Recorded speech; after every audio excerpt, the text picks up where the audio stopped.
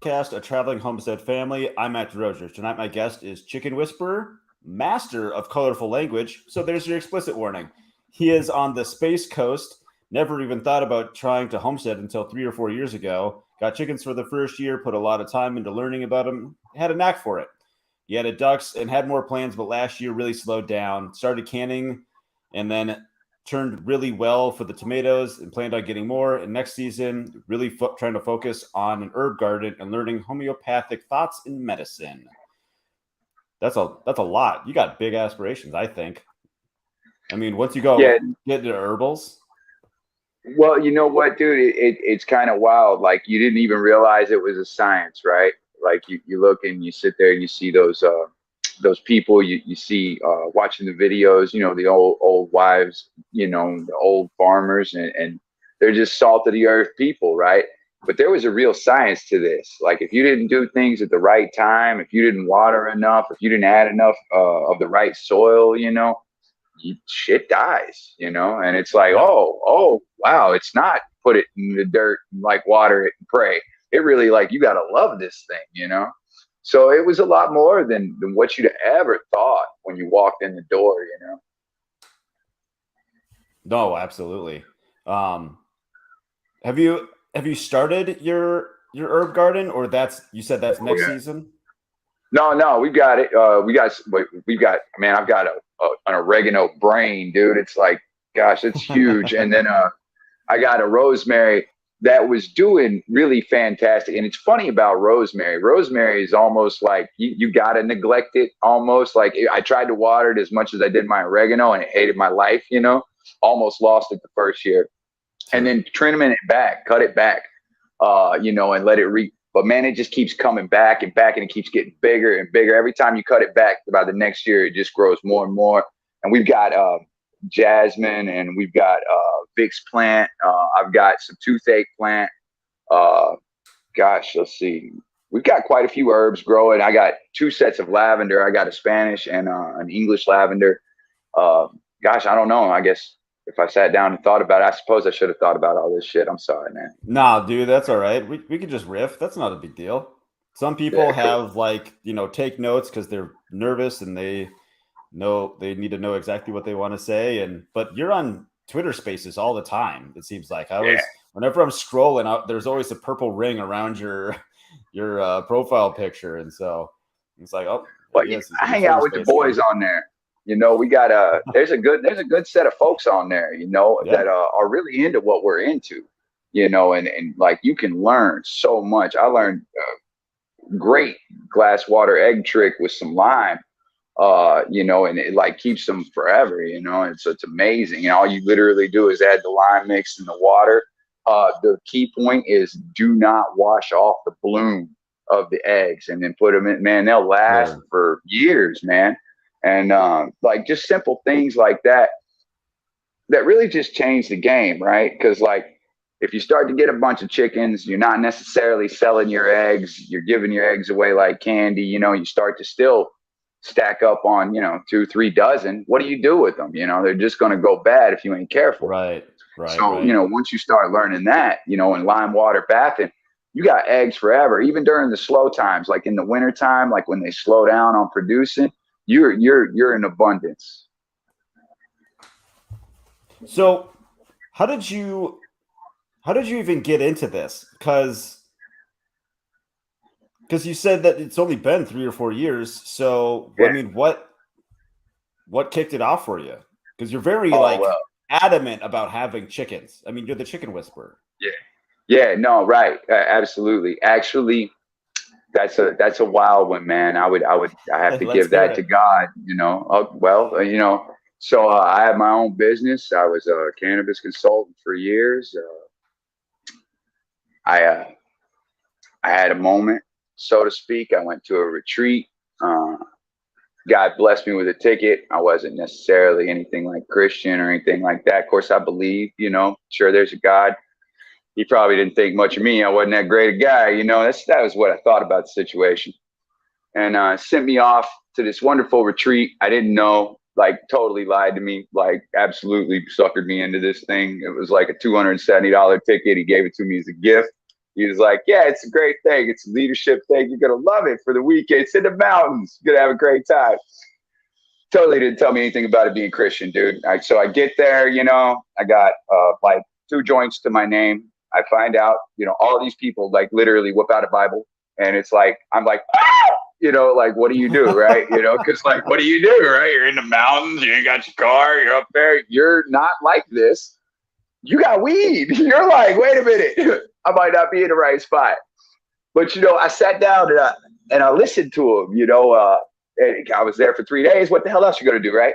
So, and you know what, dude? They talked about being such a good husband and a good dad, and you know, and just a good man, you know. And it's like, what is that? You get to start thinking about that. I've been married a long time, had kids, never really thought about what is a good man, you know. And so then I went down a spiritual journey, and I ended up kind of taking that, and we moved out, and I went to the desert for about a year, studied a lot of prophecy, looked at the things around me, decided that people that ran everything was probably evil. I mean, just kind of seemed that way.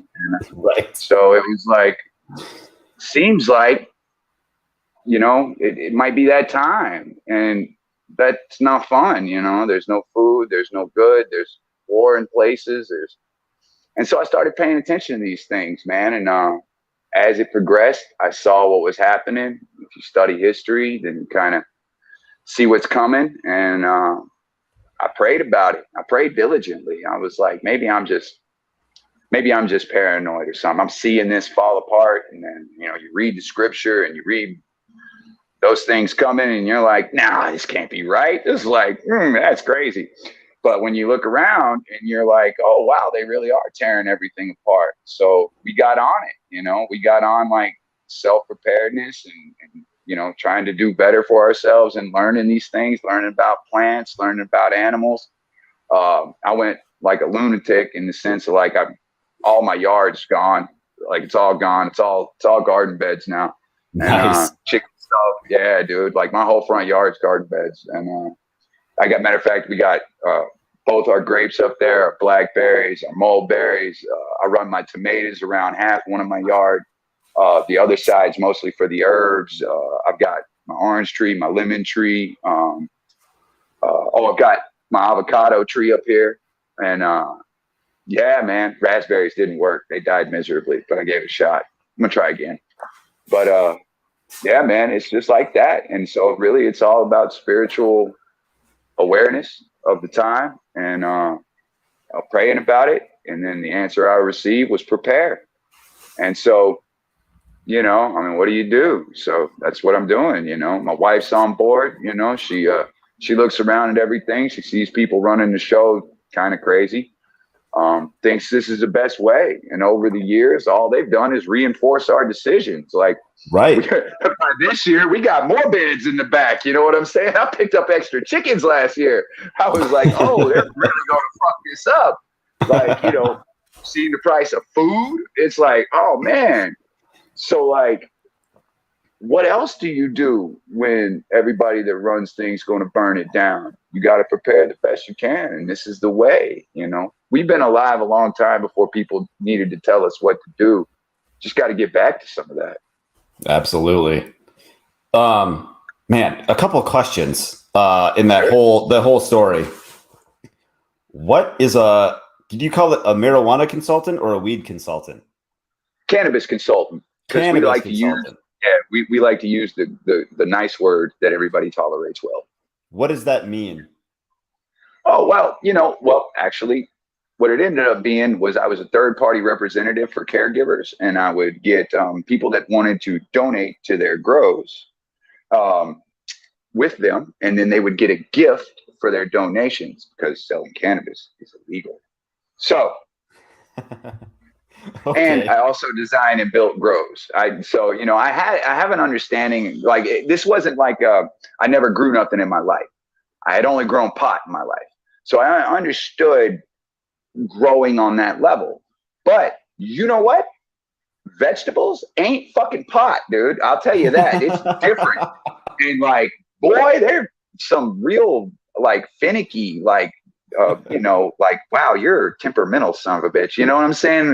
Because you got to talk to your plants. And sometimes you got to give them the pep talk. Be like, what are you doing? You see the rest of these guys? They're green. What are you? You're dying. What's your problem? So, you know, it's great. It's amazing. Oh, man, that's hilarious. From that retreat, do you still keep in contact with any of those people that you were on that retreat with? No, but the guy that sent me, I do. I keep in contact with him. He's a great guy. Matter of fact, if you live in Colorado and you want somebody to talk to about your finances, his name's Doug Owens. He's in Colorado Springs. Very smart man, ex-rocket scientist, and he moved into the financial business when he retired. Very, very smart guy. Good man. Is he on Twitter? Oh, he's also a deacon too. I don't know. He doesn't really do the social media. I mean, he does like Facebook. He's old, you know what I'm saying? So he don't. Yeah, you know. He goes and he gets all this stuff from church, and like he's just a good, smart guy though. But if you call down to Primerica, Doug Owens, and ask to talk to him, he's a great guy. He can probably help you with any financial advice you got. Sure. I got a bunch of cousins in Colorado Springs, so maybe I'll just pop in and see them. Chicken Whisperer. Yeah, I would have stayed. Yeah. I'll DM you my real name if you need it. But all right. But yeah, he's one of the guys I consulted with when I was like, all right, man, this is what I see. This is what I feel like's coming. This is what I prayed about. This is my plan. Am I crazy? And he was like, probably not. And so I wish he'd have kind of told me, yeah, because you know, I've been a lot less digging in my life here, right? You know what I'm saying? Yeah. No, I love it, dude.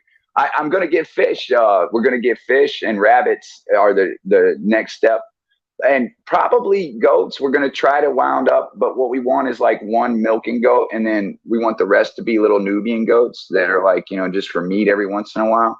Sure.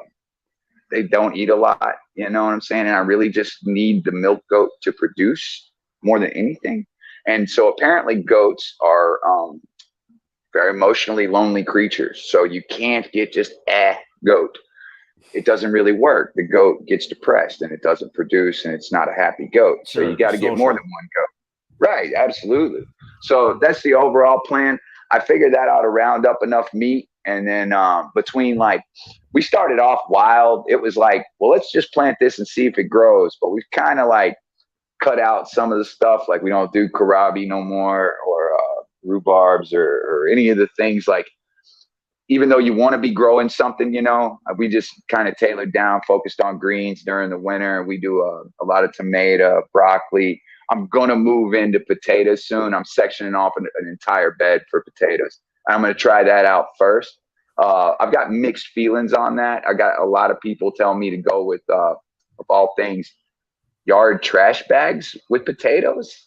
So I don't know, thinking about it. Well, the same principle as tires, right? Like I had an old woman a long time ago tell me about how to grow great potatoes using tires.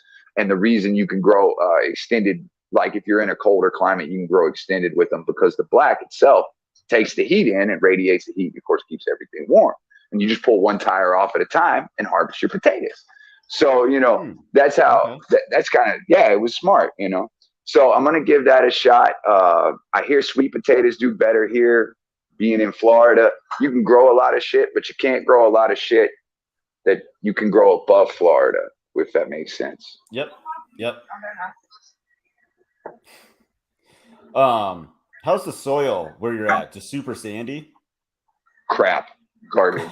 Like, oh my God. Like so bad, dude. And when I first got here, I definitely had to like purchase some gardening soil. But even then, you got to be careful, man. It was sandy. It was like my first year, I got sandy, compressed. Like it was so bad. I had to get straight loam compost and mix with it to break it up for the next year, dude. And then, so I got a municipality, and they'll take the native trees and they'll run them through the, you know, wood chipper, and then they'll give you the mulch. You just got to go down there and get it. They'll give you a truckload of mulch, no problem. So I've been doing that, and I started that. I don't know, about 18 months ago or so was my first time doing it. So what I did there, was I went and I got a whole truckload of fucking mulch, dude. And I just took it and I just dropped it in the backyard and I spread it kind of thin. And then I just used it. I threw all my pine needles on there, all the grass clippings on there, and I'd flip it every once in a while, let the chickens go over there, and they love that shit. And dude, I just repiled it, let them spread it out, repiled it, let them spread it out. And that broke down into some of really good soil. So with that idea, made a couple of piles of nothing but wood. And now I just kind of make my own dirt. Luckily I got not a water source, mind you, but it's a overflow next to my house that fills up for, I don't know, 3 months out the year, maybe that. And my wood's right there on the bank. So it just soaks up all of that good water. I can bust into that right now, flip it over. There's worms everywhere, dude. They love it. So that's what I use now. Dude, that's a pretty sweet setup then. How much? Oh, I love it. What size property are you on? About a little over half acre. You know, that's amazing. No, it's not. Oh, dude, every scrap inch is used. See, that's what I'm taught. Like what I've said before is people on smaller acreages, like they're forced to work with what they have. And so they actually, in most cases, will produce more than people that have, say, like an acre or 5 acres, because when you have more acreage, you actually kind of get lazy. Like, well, I've got all this acreage. Like I can just have my fruit trees over there and my garden beds over here and my animals over here. Whereas like what you're doing, all your stuff is stacked. Well, keeping stuff out of it is so hard if you spread it out like that, dude. If you don't have it in, an organized fashion, keeping your rabbits, your squirrels, and shit like that, unless you want to like fence it in like Fort Knox. And I do that for the chickens. I can't afford it for the vegetables. Right. So you didn't say raised beds, but you brought in your own dirt. Are you using raised beds or no? Oh, okay. Yeah, raised beds. What'd you make them out of? Well, really, man, I just drove around so I get all my scrap wood from building sites, right? You go and you hit the building sites and you hit their dumpster, dude, and they're throwing out half sheets. Slowed down a little bit when the wood got pricey, Oh, yeah. But even then, you'd be surprised, dude. I'll roll up on dumpsters and think to myself, dude, I'll fire somebody at this job. They threw this good shit away. So, like, really, man, it's just all a bunch of wood I've got just from everywhere. One of, I don't know, 3 of my beds is built out of a dock a guy gave me that told me I could have all the scrap wood from that. I learned a neat trick. And so I'm using pallets, right? And so underneath in the back, I've got pallets.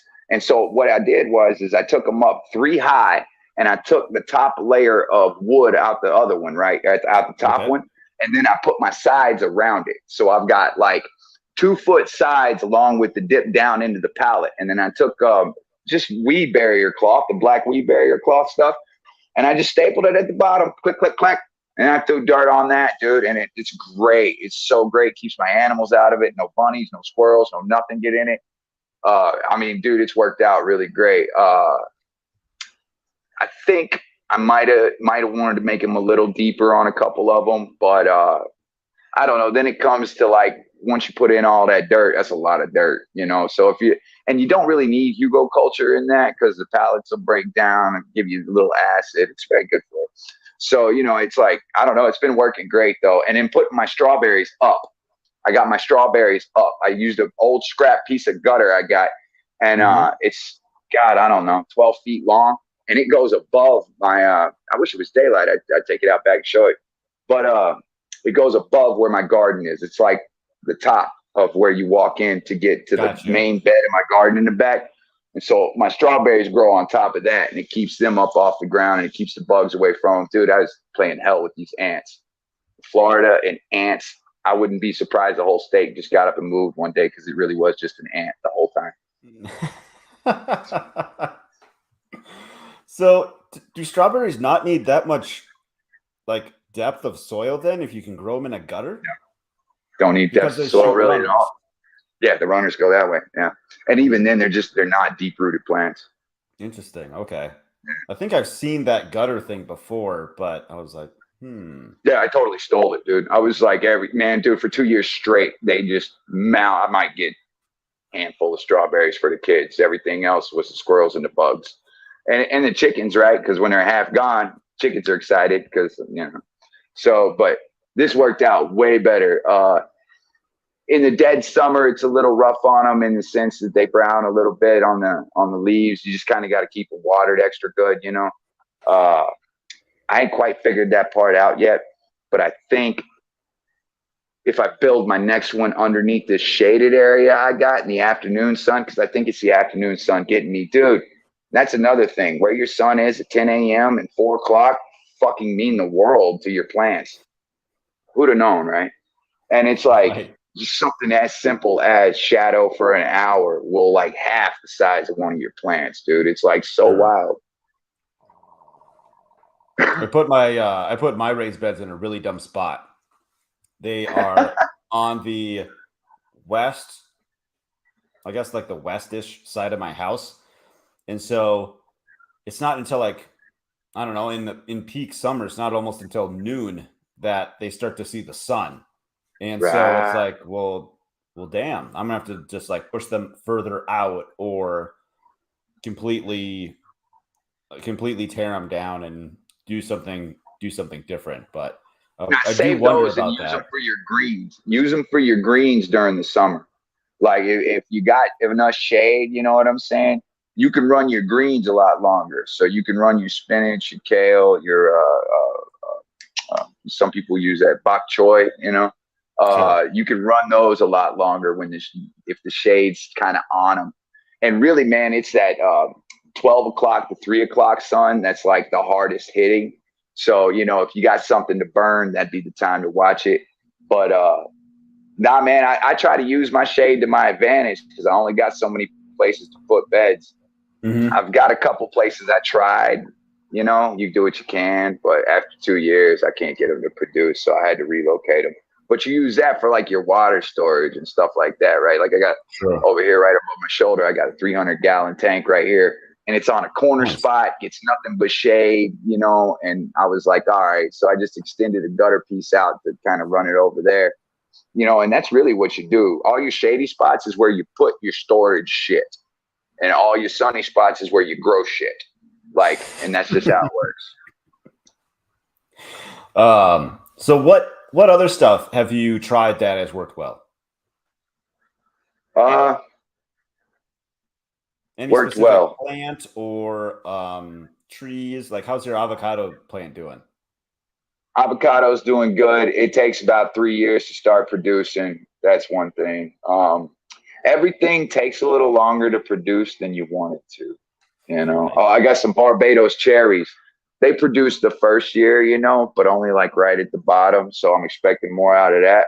But those are supposed to be big producers. The blackberries, this their first. This will be, they got a solid year in here real soon. So they'll have their solid year in.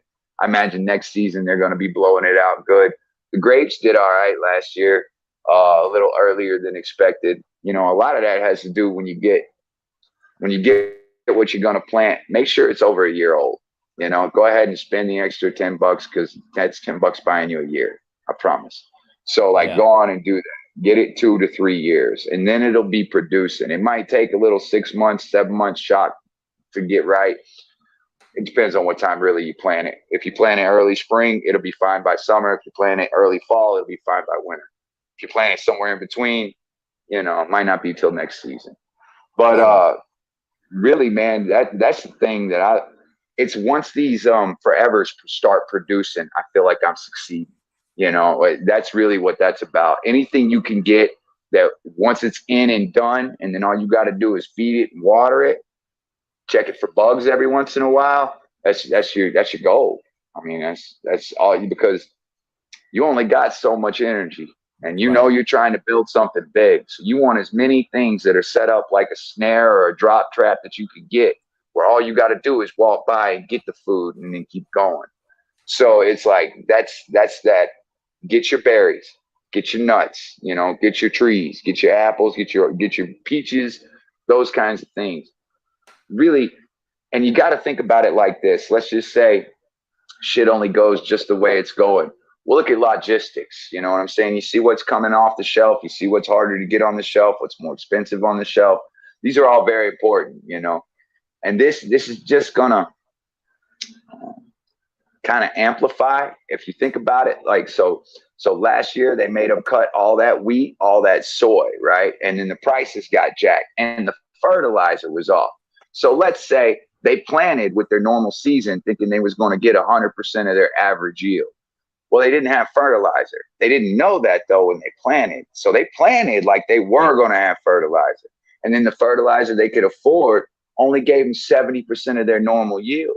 Well, if you're talking food and then seed and then stuff for the cows and animals, we're already going to get kind of shorted, right?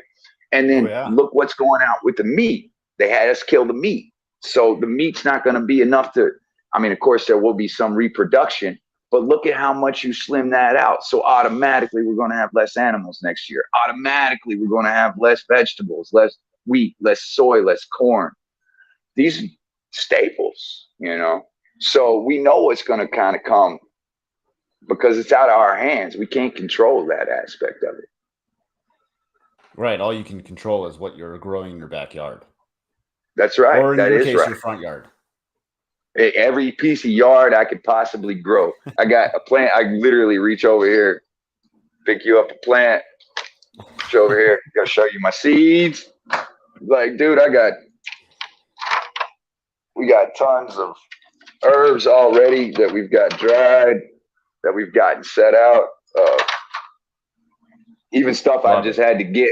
Yeah, no, yeah, I want more. I want some elderberry, you know, some yucca, some, I want quite a bit more, actually. There's more to get. There's always more. Like, it's amazing, actually. What's some stuff that hasn't worked for you, though? Like, what are just like, wow, that failed hard? Corn here. Like, me trying to get corn to work here has been I could see that. Impossible. Oh, dude, it's so bad. Not only is it like, it's just not getting the size you want it to, you know? It's like, dude, I got so many bugs to deal with when it comes to the corn, and I don't know why. It's like, it's the worst thing that gets bugs for me. I mean, my tomatoes will go forever, and until I got to deal with the hornworm, you know, here and there. Other than that, it'd be great. I really just, I don't know what it is with corn, to be honest with you. I can't fuck with it. I'm not good at it.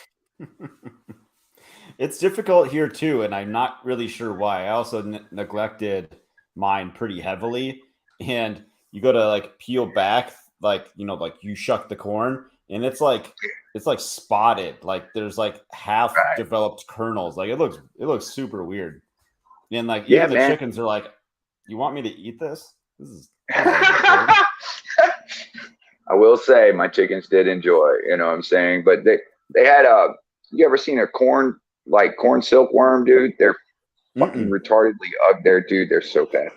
And it's like you peel it down, there's this bug in there. You're like, you know, because you think it looks good, and you peel it down, and there it is. You're like, man, what the? I didn't get out one ear of corn to work for me last year, dude. I gave up. I'm like, told my wife, I have seen these things. Yeah, dude. Dude, I hate those things, dude. It's like so redonkulous. But see, so corn was a bad one for me. I don't know. I've kind of won with a lot. You know what I'm saying? My raspberries, fuck, I failed miserably. I even took care of them. I don't know what the hell happened, but it was like, all the leaves started turning black, and it walked slow as Christmas, dude. It took it, I don't know, a month or two, and it's slow as Christmas. Come out, 2 more leaves black. Come out, 2 more leaves black. Come out, 2 more leaves black. You're like, what the fuck? I fed it. I watered it. You know, I talked to it. I pepped it. I was like, I don't know, man. So that was another failure on my part, was raspberries. Oh, and what was that?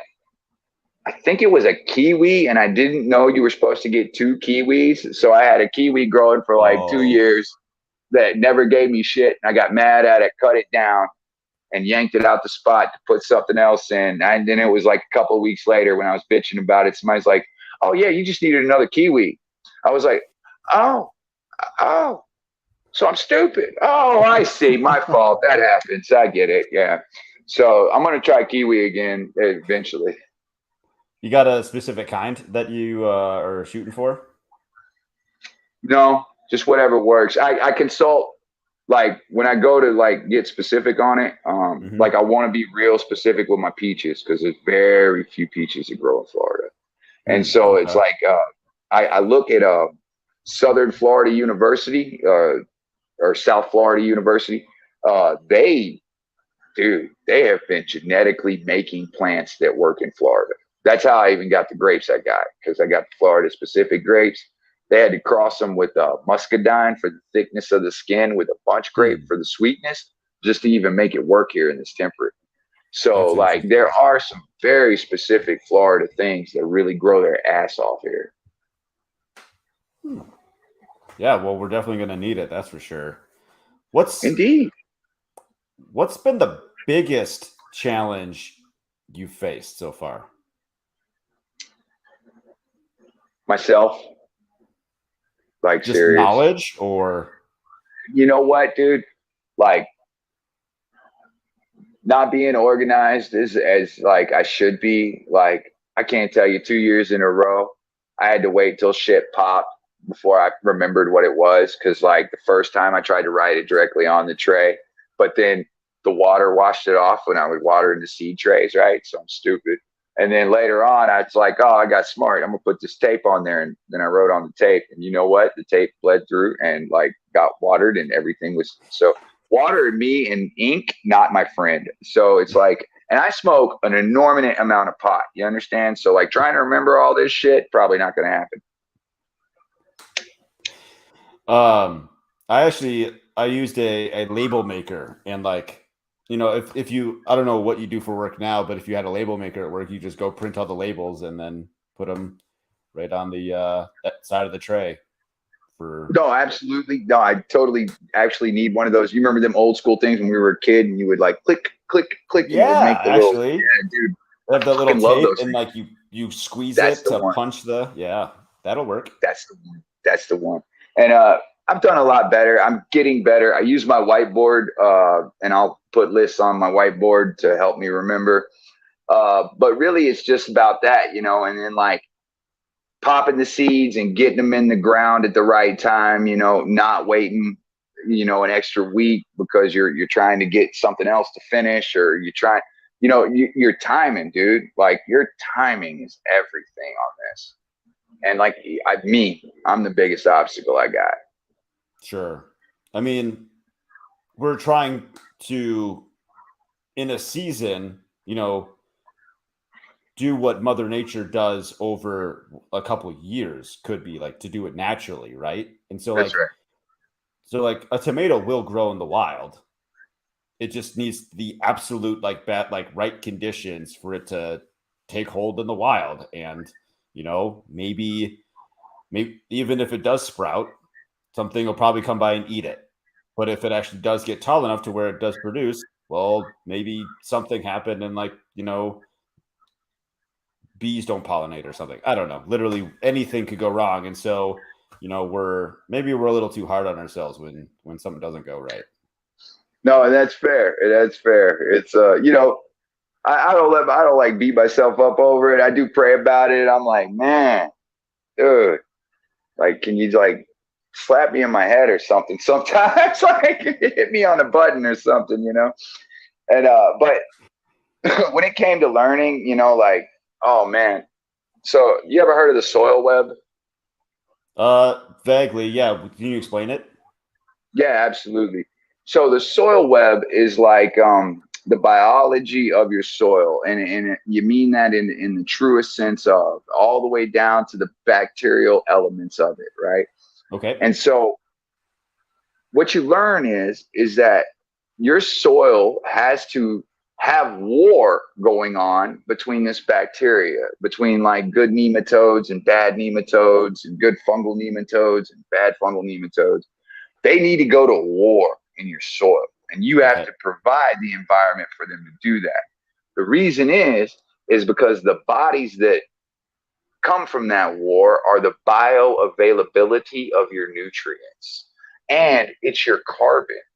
So like when you're getting rid of these when you're getting rid of insects of any kind, you have to keep in mind that when you use certain poisons, most of them really, you're killing off the good ones too. It's not just the bad ones you're killing. And that's why your soil always has to have vitamins put in it, because you don't combat the bad with good and allow the bodies to give nutrients to your plants. And so I've been studying a lot about soil web and then compost production. Compost is your lifesaver. It makes everything work. Like, even if you suck at some things, your compost can save your life. Right. And really, it's about getting that down pat. And dude, I'm telling you, any free wood chips you can get are your friend. You want them. I've heard of a compost method called Johnson Sioux. It's you basically take a concrete mesh hoop, like it's like 5 feet tall, and you make a hoop around it, and then you have the one in the middle pipes. Well, I think you have at least one. I think the ones when they did it was like 5. So you have perforated pipe that allow air into this container, and then you also have to line it with landscape fabric so it doesn't basically fall out. And so you put all your stuff in and get it wet or whatever, and you have to let it sit for like 9 to 12 months. And it's like the best compost you could possibly make, supposedly. And the guy I listened to, he's like, if I've got a plant that's not looking very good, I'll take a little bit of this compost, and it's like, it has like a clay texture, I guess, to it when it's ready.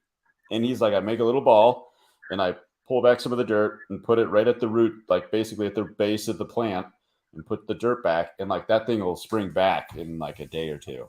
Like, it's just like, it's like medicine for plants.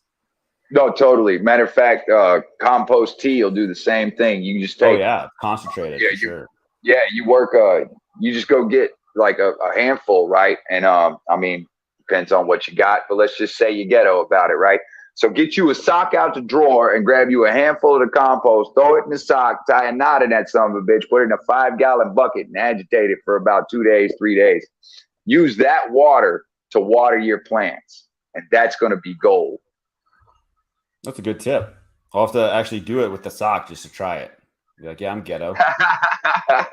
Well, dude, you got to use what works, right? In the sense of like, it's basically cheesecloth, fakery kind of, you know what I'm saying? And so you got to use it, right? Like, if anybody comes out into this thinking that everything's going to fall into place or you ain't going to have to figure something out, you're in the wrong racket.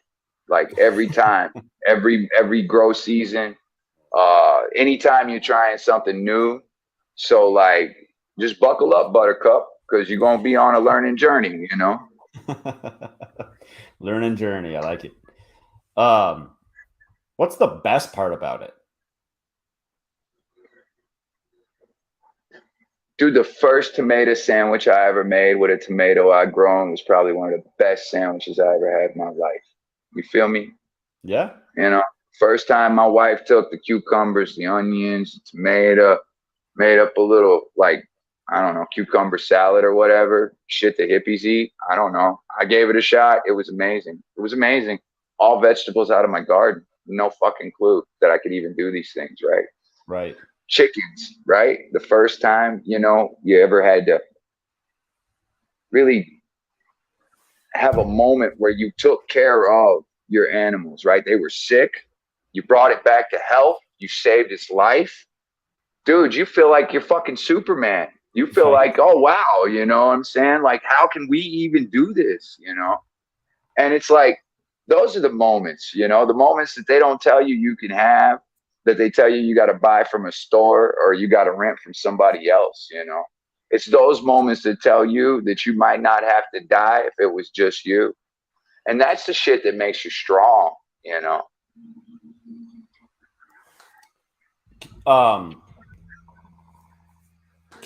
What kind of sicknesses have hit your chickens? Oh, dude, I got flox pox my first year. I don't know what that and that's is. an easy. Oh, dude, it's like chicken pox for your chickens, but it'll go down their throat and it'll kill them eventually because they get Oh, infections. They get like thrush. You're right. So it'll start on the outsides, and apparently, which I didn't know this, like you could even pick up pox from other. Like if you're visiting chickens, you can bring back pox to your group. But the minute I found out what it was, which you do your diligence, you look at it. I started searching for homeopathic ways, and dude, the shit they wanted me to do to them chickens, to give them the certain medicines, to get them vaccinated, to give them all kinds of shit, right? No. Took a half ounce of olive oil, 8 drops of lavender, 8 drops of oregano oil, shake that shit up, put it on twice a day. Shit'll go away and it won't spread. Also helps to diatomaceous earth your coop real good if you get that, because you don't want insects in there biting one, carrying it to the other. So you minimize, right? So you give them a real good dosing of diatomaceous. Insects can't land on nothing, right? It's like little forest of glass. And yeah, it that suffocates shit, them or something. yeah, no, it's perfect. Yeah, no, I love diatomaceous. Matter of fact, food grade diatomaceous earth, I do recommend that. It's a parasite cleanse. You just take 1 little teaspoon. I use a 8-ounce little water bottle. Same little, just fill it up, put your teaspoon in, put your top on, shake that shit up, kill it, do it for 10 days straight. It's a parasite cleanse. Food grade diatomaceous only. So I recommend that for you, your animals, just having around as a great deterrent. So yeah, that was probably a big one. I did losing animals sucks, right? Yeah. Yeah. So yeah, Twinkle Star. I let my kids name the things we keep. So talking about right, Twinkle Star and Flappy McFloppy Feet, which is our duck. So that was the pair of ducks, and then Twinkle Star, I'm afraid, passed. Now we got Jelly Bean in Downtown Brown with Quackster, so that it no depression or anything. But so this is my first big event though, right? I wasn't putting enough calcium in their food, and I didn't realize that, right? I was like, no, don't eat broken eggshells, because I didn't know no better, right? And I wasn't adding oyster shell because I didn't know no better. This ain't stuff they tell you, you know what I'm saying? Like when you pick up the chicks, this is like shit they ought to put on a list. And so my duck got egg bound and she hemorrhaged, Oh no. We didn't know we didn't know what the hell to do, right? So we ran around like lunatics. Even went to the vet, tried to take it to the vet. Vet's like, dude, that's a farm animal, dog. We can't do nothing for it. Finally, we got a vet that felt sorry for her, put her out of misery. That's the best we could get. That was an experience. Yeah. And so that's the only one I've lost like that, though. I made sure now to do a lot better, but I've learned a whole lot since then. That first year with chickens was a real learning experience. A lot of like wins, but a lot of like, sad moments, you know what I'm saying? When it comes to like death and shit, or like when they were sick, I didn't know that they were going to make it. Just kind of stuff like that. You get attached to the damn things, you start to, they got personalities. They're great. They come out and they see you in the morning, they run up to you. They want love and attention. What do you do? Right. They're great. So you being the chicken whisperer, what do you like more, chickens or ducks? Chickens, 100%. Do not get those little pooping bastard duck poop bazookas unless that's just your thing, dude. Like if you like ducks, more power to you. But poop bazookas, dude, I shit you not. They will shit for you. That's interesting you have that take, because a lot of people, I'd say a majority of them, be like, oh yeah, ducks, way better than chickens. And I guess I've never had ducks, so I can't make the comparison for myself. Well, like personality wise, they're cool. I mean, don't get me wrong. Like the only bird I've had that we didn't really prefer was quail. Quail are vicious and kind of stupid and cannibalistic. So yeah, they're not exciting. Like when you send your 8-year-old out to feed the quail, and there's 4 of them eating another quail. They're like, oh, that's exciting. So that was a talk. So yeah, that is the end of the quails. But yeah, But no, as for the ducks, they're cool personality wise, dude. But I'll be frank with you, they'll run around and hide their damn eggs. Little bastards will put eggs underneath everything just because they know you got to crawl under there to get it. And they're party animals. Like right now, if I took the phone back there and walk back there, you'd and they just start talking to me about whatever. And so they're like party animals. They don't sleep in the coop. They refuse to sleep in the coop. I got like 3 places for the ducks to sleep. They pick where they want. They're party animals. I don't know what to say. And so I guess that's the reason. It's just more like, you know, chickens are real convenient, like in the sense they tend to lay the eggs in the same spot. You got food, they'll do anything you say. So like whole lot more cooperative in my opinion. Sure. I've heard people like have trained their ducks to like, you know, to march off to bed essentially. And I was like, I wonder if that works for chickens.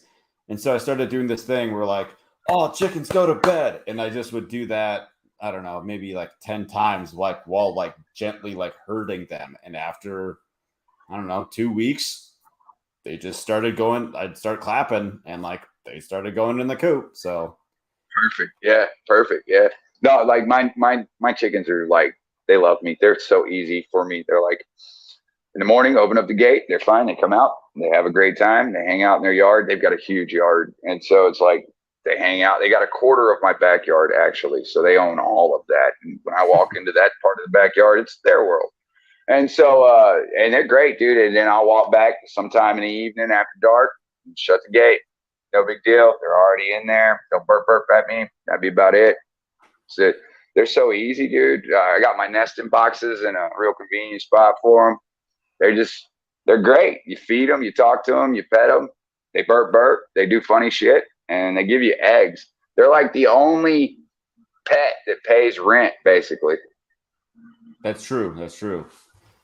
So you've only been at this for like 3 or 4 years. If someone had told you 10 years ago you'd be homesteading, what would you say to them?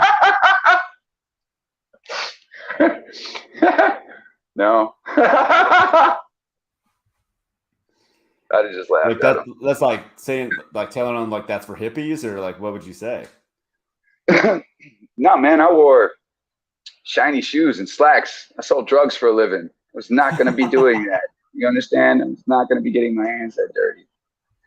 I loved shirts at one time. Now I fucking hate them. You know what I'm saying? I loved shiny shoes at one time. Now I can't stand socks. You feel me? Like, nah, man, my whole world's different now. Like, it's something about it. You put your hands in that dirt, man. You pet them animals, you know. You walk out in the morning, you just feel the life in your yard. You know, there's nothing that replaces that. So, nah, ain't no going back. I know that. But if you'd have told me 10 years ago that this is what I'd be doing and that I'd even enjoy making soap, I'd have been like, you smoke crack, dog. I can't help you with that thought process. So, like, it just, I don't know. It just, nah, wouldn't have been me. Now, shit, I feel like I wasted so much of my life not learning these things. You know, like, because for one, it's beautiful. It's amazing. Like, it teaches you about the world around you, shows you about the creator and the creation, you know, and it makes you appreciate simple things, you know. Do you still have any friends from your prior, let's just call it your prior life, that like saw your transition from what you were doing to what you're doing now? Like, are they still around, or are they like, nah, that's weird, you're too far gone? Nah, it ain't like that necessarily. I can still make phone calls if I needed to, so to speak. But like, nah, man, we're different. It's all different roads now. So, Sure. Guy I'm buying this place from, even, shit, we were home team for 20 years, man. You know, we started out doing bad things together, you know. But even he don't look at, you know, he's like, all right, man, you know. And now I suppose with everything the way it is, if we had that re-talking about it, you know, because I ain't talked to him about why I was doing this for a long time, you know. And I suppose if we re-talked about it, he might have a different attitude. But Nah, it is what it is, man. You know, folks got to make choices, you know. Absolutely. We got a comment here from Steady Presence. I'm so glad he's come into homesteading. It's healing. Oh, Do you have a man. comment Yeah. on that? No, absolutely. Yeah. Not even just your soul, but your understanding of life, your respect for humanity, for people, for everything. Really. I mean, doesn't it teach you respect, you know, when you see it all breaking down in your world and you start to realize what it is people go through and have been through, right? Like, think of all the people that did this for a lifestyle, not for a choice, like because they had no choice. That was the biggest salt of the earth we ever had were in those people, man. So like that's where I get my understanding. Like I say, I regret not taking this path a lot longer ago.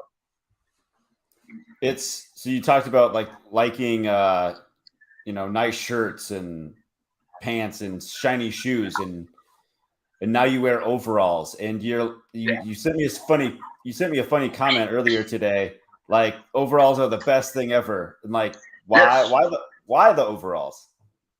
Oh shit, dude! Do you know how much shit I can keep in my overalls? You know how many tools I can carry in my back pocket? Put my phone in my front pocket so I don't break it when I squat down and when I'm lifting. Dude, I love my overalls, man. They're like the best thing ever. Like, why the hell we took these out of general circulation? I don't know. I don't think these kids know what they're missing. I do like wearing them in the winter. They're kind of cozy. I mean, mine are insulated too, but I'm in Montana. I'm not in Florida, so. Yeah, see, to me, snow definitely evil. If you could like place something on an evil list, snow would have to go on it. I'm just not a fan. Dude, when we got snow-covered mountains from my deck, dude, that's pretty nice. That's a nice view. No, it was beautiful. In Colorado, it was beautiful. Don't get me wrong. Garden of the Gods was one of my hangout spots. Pikes Peak's amazing. You see how I'm dressed right now? I'll be dressed like this till January. Okay, so I don't. When do you break up the socks? When do you put socks on? You said you hated socks. Probably January, February, maybe. January, February, probably. Yeah, no, man. This is the running gear right here. Slides everywhere I go. Fuck all the dumb shit. There ain't no reason for it here. It's perfect. So, you have how many? Do you care to share how many kids you have? Oh yeah, I got 5 kids. 5 kids. Do you homeschool them all? The great big one that you just saw, that's my oldest. Nice. Do you homeschool all of them? Yes, now. Yeah, now. For sure. Now, after the mask shit, no, my kids wouldn't get no fucking mask put on them. You know, pumping them full of crap. No way, dude.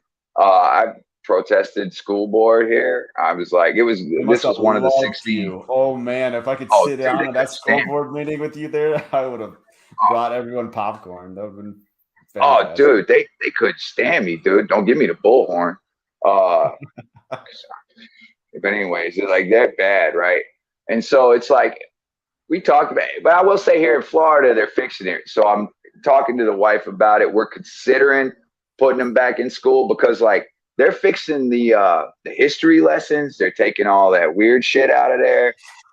Now, you know what I mean? So it's like, sure, I want to give them a shot, you know? Like, I mean, that's the trust, right? Like we gave them all of this trust. We allowed them to be the forebearers of this institution that they demand we put our children in. The least they can do is not fucking break them. I mean, I feel like that's a fair request, right? Yep. So like when you get to that point where you're sitting there and they wouldn't give you an exemption for any reason whatsoever, right? No religious exemption, no medical exemption, nothing, right? They wouldn't give you no exemptions. We said screw it. And so like, especially these last, I guess, 3 years, pretty much almost. The first time was because of the woke nonsense. And the last 2 years was because of the COVID nonsense. So it's just been no choice, really. How are the kids liking homeschooling? Do they like it, or would they want to go back to school? Or so they got 2 weeks. They got 2 weeks to give it a shot in school. Not this last year. Let's see. Yeah, it wasn't this year when we put them in, but it was the other one. And we was arguing with the school board, right? And so the governor had said, he signed a thing, no mask, no vaccine for school. Kids wasn't going to be bothered. Literally 2 weeks later, this district decides, fuck him, they're going to do what they want kind of thing, and fuck all the parents. So, okay. So we start our little battle back and forth. So my kid was in school. Well, 3 of them were. One of them was in middle school, and that's the one that really gave me the feedback. You know what I'm saying? And then my other 2 started elementary school. Other 2, peaks and valleys. They didn't have nothing bad to say about it, except for my son, Memphis. They made him, because he wouldn't mask and no vaccine, they made him and the other kids that were in that boat eat completely away from the other children, all the way to the outside tables, ostracized, made them feel like, they wasn't a part of the group, Yeah. And as a matter of fact, that was his last day there, was when that happened. And yeah, we snatched him out. But my daughter, man, she told me about these middle school kids, man. They're fucked up, bro. Like, it is so bad. It is so scary. Like, she was telling me about all of these kids that just didn't know nothing about who they were. No foundation whatsoever, man. She was counseling these kids, And it's like, and that was the scariest thing. And she didn't necessarily she wasn't like, I won't go back, She was like, I don't want to be involved in all that. Those folks are crazy. And, what could I say? I mean, she's got boys coming, talking to her about, I don't know if I want to be a girl or not. That's not our world, bro. So, when she's talking this talk, she's trying to tell old boy, you're a boy, dude. I don't care what's going on. You're, and like, so what do you do? Right. And so it's like, I don't know, man, but Florida, like I said, I got hope. I got faith. I pray. I'm watching. It seems like it's going to be better a lot sooner than later. Would that help us? If we could trust them, yeah. I mean, I ain't going to give up just to go for one of us to go make more money doing some shit. We're not going to give our kids up and sacrifice their mind and their hearts, so sure. Whatever, you know what I'm saying? My youngest is 8. It ain't that long till school's done. Do what we got to do. Sure. So how was that transition then from, okay, they're in school, you don't like what the school's doing, all right, pulling you out? It was interesting in the sense of so I'm dealing with 8th grade, 3rd grade, 1st grade, you know what I'm saying? So it's like trying to work all that out. Keep in mind, you're talking to a 10th grade dropout, you know what I'm saying, who didn't have any good parents. So I didn't know what the hell I was doing. But it turns out we did actually really well. We had to take a state get you to take an evaluation every couple of years, to see, make sure you're not, making your kids retarded. And, I get it, but they did great. Because we got to pay for this evaluation, right? So we got the teacher, whatever. You just got to find a retired teacher. They're all over Florida. They do these evaluations. He was like, our kids did fantastic. So as it stands comparatively, we're winning. So I can't ask for more than that. I might not be teaching them rocket science shit, but we're winning. So there's that. Any reliance or reaching out to other homesteading groups, or not homesteading, homeschooling groups? We've looked at the, the little blogs and stuff. We didn't get with a group here. I'll be real with you, man. I'm a very unorthodox person, if you can't tell. So yeah, I can tell. Getting in groups with normies is not my thing. You got to find non-normies. Where do you hang out? See if those people will homeschool their kids with you. No, that'd be fun. No, well, I mean, I suppose in the beginning it would have been probably helpful. You know what I'm saying? Trying to work out things to do and things away from home. Where they got more people and stuff. But we've managed to figure some of that stuff out, and then my kids they're blessed with this neighborhood in the sense of all of the people around here love my kids. So it's Like my kids can go to the house right there, to the house right there, to the house over there, no problem. House over here, no fucking problem. Knock the door, hang out with the old people, the whole 9 yards. They love them to death. Nice. So yeah, no, dude, I'm so blessed where I'm at. Like I couldn't have planned it, you know what I'm saying? So it's like, it's great. I feel very grateful that the Father put all this on our heart and help move heaven and earth to get us here, in my opinion. So I can't ask for more than that. That's really good feeling. My oldest is 2, so I've got a long ways until I get to where you're at, but I can't imagine the feeling that you have. So, oh man, they make you better, and it's every kid is different, right? Every kid makes you challenge a part of yourself you didn't know you'd have to challenge. You know what I mean? So it's like each one of them, even though they're raised in the same environments, obviously are going to have wildly different personalities, which is like the craziest thing. So it's like they ask you to reach in yourself and find out how to negotiate with them as an individual person, you know? So they make you better in every way possible, because what's on the line is not only their future, it's you know, how they think of you, how you know, the respect level of life, what you want them to perceive in life, you know. So it's all so beautiful, man, when it comes down to it. It's the hardest, greatest thing you ever done, I promise. And to come back, study the whole thing of homeschooling, not making your kids retarded. So yes, that is a bonus. Yeah, no, right. You got to have a goal, right? Not retarded should be like top of the list on that goal. And but you know, we watch unorthodox things, right? Yeah, right. It's a benchmark, right?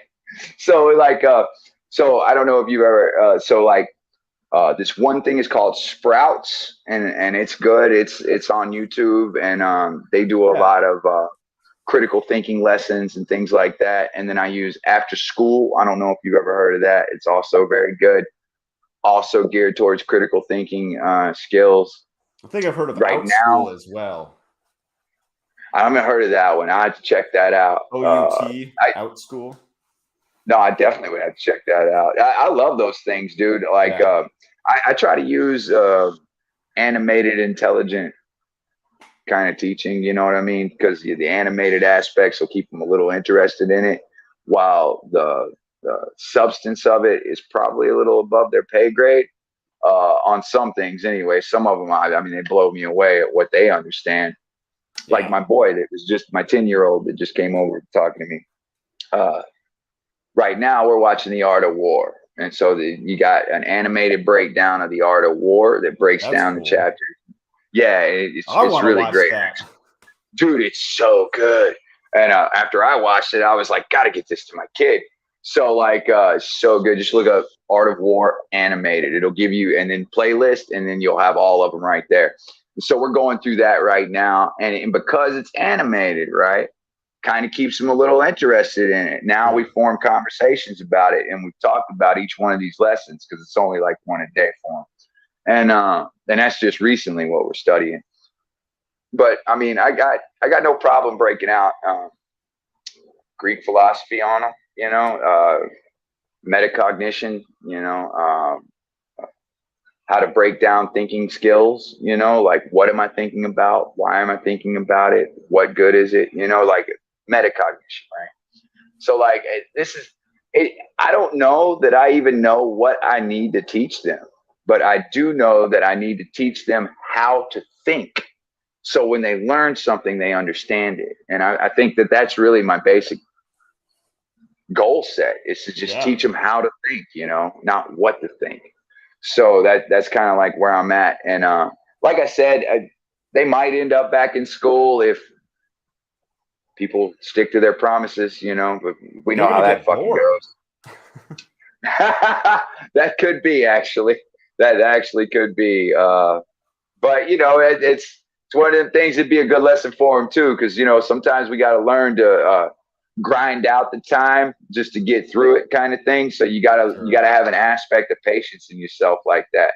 So you know, that'd be a good aspect too. We could take. I just don't want them to break my kids. You know what I'm saying? That's really the fear, right? So shit, I'd love it if they kick in with algebra. The algebra book I got's from 1960s, and I struggle with it sometimes. I'm like, fuck, this is serious. So it's like, it's like, you know, it's not like I wouldn't want the help, but what's the cost? You know, I mean, what happens when your kid comes home telling them that I don't know who I am on the inside? You know, what does a parent do with that? It's already a struggle making it through childhood, making it through puberty, making it through that part of life. You know, you don't understand jack shit. You got to count on people whom you can supposedly trust to explain it to you. You know, the last thing you want is adults in that kind of position telling your kids something that destroys their whole life. So it's like, what do you do? We'll just have to search for everything animated is the key, it sounds like. Whatever you want to learn, animated. How to unlearn Common Core math, animated. Yeah. Common Core is fucking evil, dude. No shit. It teaches their kids. I've heard horror stories, yeah. Dude, it's so bad. When I was talking to an engineer about it, he's like, if you tried to visualize these concepts and come up with something, you would have a car where the front end would face one way and the back end would face another way because of the way the concepts visualize. And he basically said that if they continue teaching them this math, that their spatial understanding skills of visualization are going to be like crippled. And so you got to know how important that is to be able to walk up on something and visualize it being there before you approach it. Because sometimes you won't even begin to know where to start if you don't have that ability. And they're taking that away from them, dude. And that's some scary shit too. That is. Comment here from Steady Presence. Screw algebra, keep their light bright. I heard that, buddy. I heard that. No, it's not something I want to do. It's something that my wife's like, she needs to learn algebra. And I'm like, really? Does she? But does she? Do you use algebra? So, anyways, the wife says, so it's better. I think that book from 1960s will be just fine. I'm pretty sure 1960s algebra is better than 2022 algebra. So. Yeah, and that was why that was specifically why we got it. When we ran up on it and we saw the date and we knew for a fact they weren't going to have that bogus math in there. It's just, man, the things that they used to learn earlier. We're dumb. Like as a society, we're not smart, and they are making us dumber as we go. And it's just something you can almost markedly see now. Two more comments from Steady Presence before we move on to the last question here. I always keep in mind that Woodrow Wilson didn't learn to read until he was 11, and he turned into a scholar. And a war criminal, but I'll take it. I was just fit to be like, well, you know, probably number one worst evil motherfucker that ever ran. It could have gone either way, though, right? I mean, right? Goes the wrong way. No, right? No, that's great. No, you know, Go ahead. No, I was just gonna say there's a lot of people that started out with humble beginnings that became quite powerful in the end. Yeah. Hopefully, just for the good. That's it. You know, good's a choice, right? I believe in that. I believe that good's a choice, right? Like every day. Yeah, because if you're benign, right? If you won't hurt nothing or help nothing, then you're not really actively making a choice to be good. You know, you got to choose to be good, so to speak. That's right. What would you tell people that want to get started in homesteading, homeschooling, any of it? Do it today. Don't wait. Like get you a pot, plant that shit in your window. Put it in your window. Do it today. Start with simple things, hard to kill. Some herbs. Do it today. You want to homeschool your kids? That's a scary thing, but only starting out. And then it turns out to be like free, fun, exciting. It teaches you things, like it makes you think on levels that you ain't thought of in a long time, because you're trying to get on a level that they can understand, and then you're trying to explain it.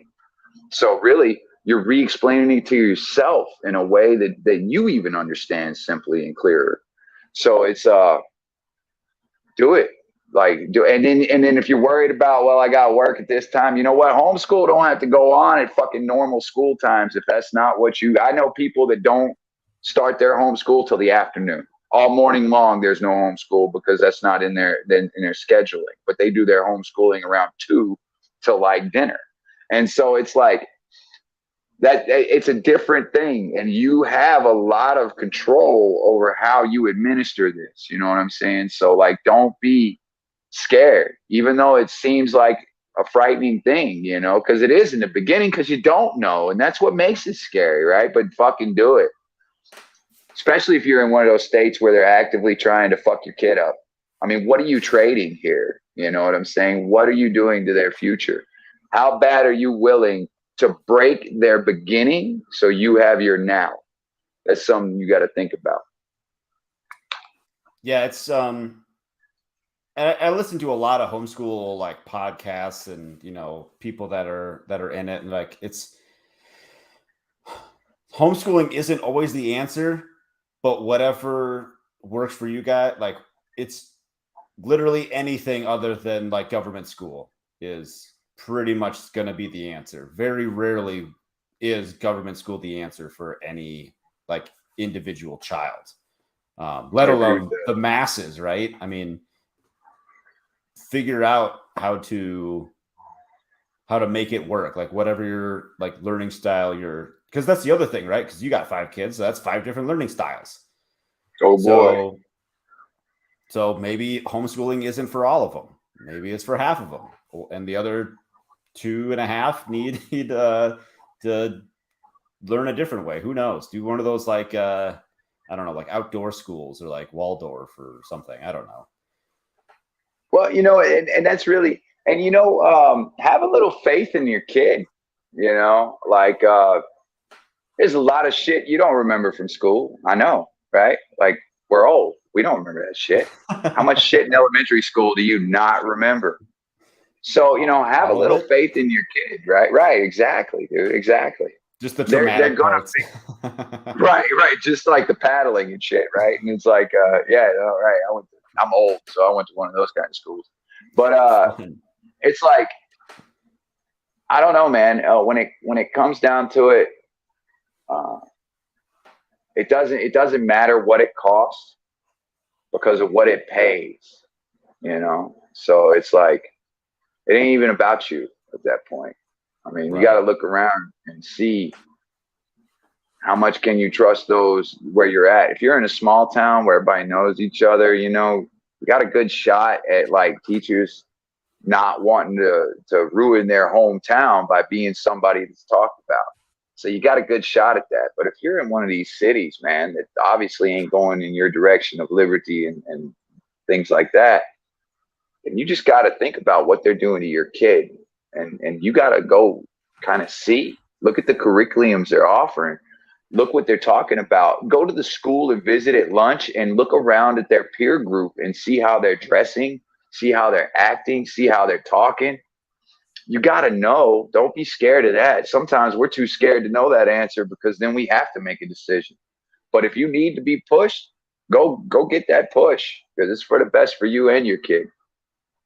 There's got to be something that they're teaching your kid that you're not going to like, and their minds are so absorbing of like everything. And so it might not seem like a big deal. Like, oh, well, I'm not like crazy about that, but I guess it's okay. Like, no, it's like, think of it like a splinter in their like mind, and it's going to fester into something awful. Perfect example. I agree 100%. They'll drop poison pills in your child's mind, and it'll be the most destructive part of their life. Yeah. Last Last comment here. Steady Presence. Homeschool Loftcast is a good one. They're near us. I'm assuming that's a podcast, and they're located around where Steady Presence is, which is Wisconsin.